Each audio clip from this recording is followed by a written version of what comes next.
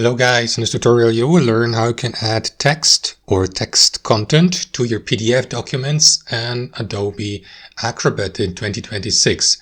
So let us guide you through this. So open up the Adobe Acrobat Reader or PDF tool on your device and also open your document. If you don't know how to do that, click into menu in the top left, select open, and after that navigate to the file like a PDF on your device. So guys, as you can see, I'm working on this document here.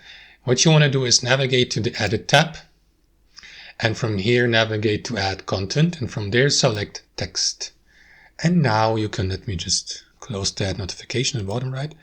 So from here you can customize here text. You can select a font, a color, a font size, bold letters, italic letters, change the line spacing, and so on and so forth. So let me go with that default text here and click into your document to add a text box, just like that, with these settings here on the left hand side applied.